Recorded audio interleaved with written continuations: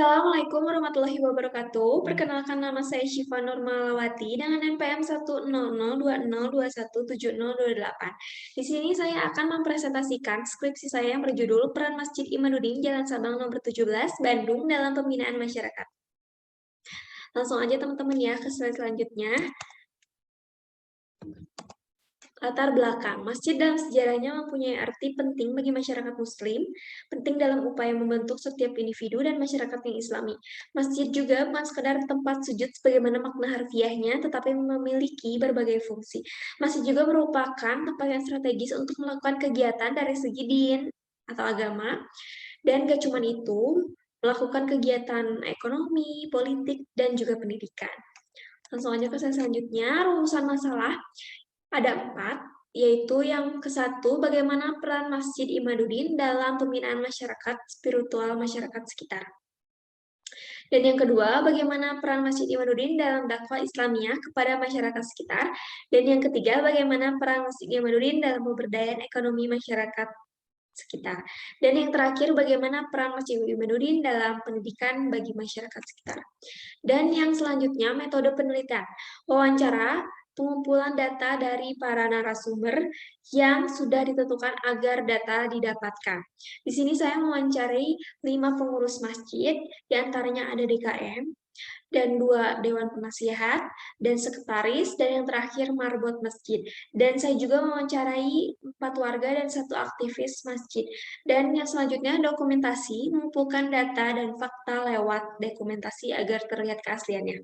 Dan yang selanjutnya observasi, proses pengamatan langsung dengan melibatkan diri pribadi dalam bagian penelitian dan berbagai kegiatan di Masjid Imaduddin. Kerangka pemikiran peran masjid dalam pembinaan masyarakat, yaitu ada peran spiritual, peran dakwah, peran ekonomi, dan peran pendidikan. Masjid Imaduddin juga mempunyai visi dan misi. Visi 1, menjadi intelektual Ahlus Sunnah wal Jamaah.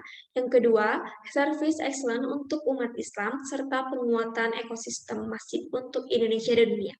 Misi ada 4, 1, pelayanan terhadap jemaah masjid dan umat Islam, dan yang kedua, produksi gagasan, dan yang ketiga, kaderisasi, dan yang keempat, network strategis.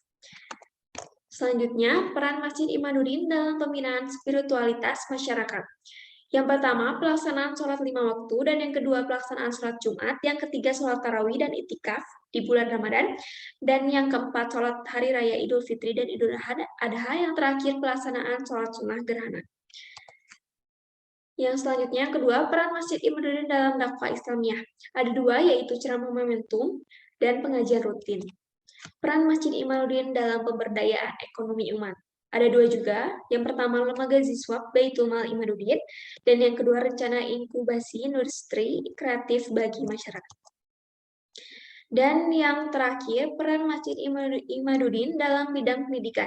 Ada 2 juga, 1 kelas keilmuan untuk umum, dan yang kedua Taman Pendidikan Anak TPA. Selanjutnya, analisis data spiritual. Peran Masjid Imaduddin dalam pembinaan spiritualitas masyarakat dilihat dari program yang telah dilaksanakan pengurus Masjid Imaduddin. Dalam melaksanakan usaha-usahanya, melakukan peran itu sudah sesuai dengan teori ideal. Melaksanakan peran masjid dalam melakukan pembinaan masyarakat tentu dengan terus konsisten, melaksanakan peribadatan untuk membangun hubungan antara manusia dengan Allah atau hablum minallah. Dan selanjutnya, dakwah. Peran masjid dalam dakwah. Jadi dalam pelaksanaan dakwah Islamiyah, Masjid Imaduddin dalam menggunakan perannya telah melakukan hal-hal yang sebagaimana dijelaskan dalam teori ideal. Selanjutnya, ekonomi. Peran Masjid Baitul Mal untuk masjid ini sangat berperan penting bagi umat atau jamaah. Karena Baitul Mal atau lembaga jiswab ini di Masjid Imaduddin berfungsi sebagai penghimpun dana dan penyalur dana, baik itu untuk zakat, infak, sodako, dan wakaf, maupun menyimpan uang. Nah, hal ini pasti akan membantu dalam perekonomian umat atau masyarakat sekitar.